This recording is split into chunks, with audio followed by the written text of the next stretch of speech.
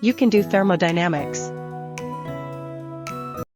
A non-conducting container filled with 25 kilograms of water at 20 degrees Celsius is fitted with a stirrer, which is made to turn by gravity acting on a weight of mass 35 kilograms. The weight falls slowly through a distance of 5 meters in driving the stirrer, assuming that all work done on the weight is transferred to the water and that the local acceleration of gravity is 9.8 meters per second squared. Determine the amount of work done on the water, b. the internal energy change of the water, c. the final temperature of the water, for which specific heat capacity is 4.18 kilojoules per kilograms degrees Celsius, d. the amount of heat that must be removed from the water to return it to its initial temperature, e. the total energy change of the universe because of 1. the process of lowering the weight, 2. the process of cooling the water back to its initial temperature, and 3. both processed together. Solving for Part 8. The amount of work done on the water. First, you are given the mass of weight is 35 kilograms. The acceleration of gravity is 9.8 meters per second squared. The change in elevation of the weight is 5 meters. Work is equal to the mass of the weight times the acceleration of gravity times the change in elevation of the weight. Work is equal to 35 kilograms times 9.8 meters per second squared times 5 meters. Work is equal to 1,715 joules. Converting joules to kilojoules yields work to be equal to 1.715 kilojoules. This is the answer for Part 8. Solving for Part B. The internal energy change of the water. The change in internal energy of the water is equal to the work done on the water.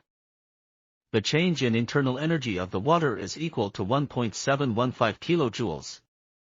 Solving for Part C. The final temperature of the water, for which the specific heat capacity is 4.18 kilojoules per kilograms degrees Celsius. Final temperature can be derived for when considering equation for enthalpy. Start with internal energy plus the product of pressure and volume equals enthalpy. From the enthalpy equation, change in internal energy plus the change of the product of pressure and volume equals the specific heat capacity times the change in temperature. The mass of water can be multiplied to both sides of the equation and pressure can be assumed to be constant. Volume is constant, therefore the change in volume is 0. This would make the second part of the left side of the equation to be equal to 0. Now you have the equation simplified. The left side of the equation is the total change of internal energy of the water. Switch the sides of the equation. Solving for the change in temperature. The change in temperature is temperature 2 minus temperature 1. Rearrange the equation for temperature 2.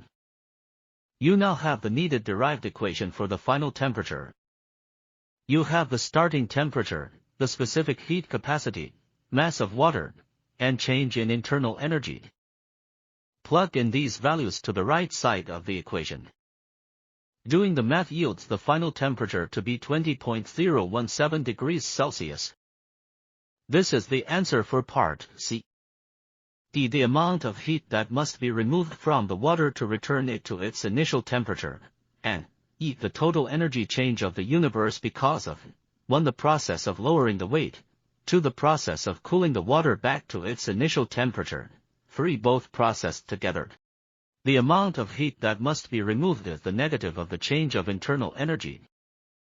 The heat that needs to be removed from the water is 1.715 kilojoules. For Part E, in all cases, total internal energy change in the universe is 0.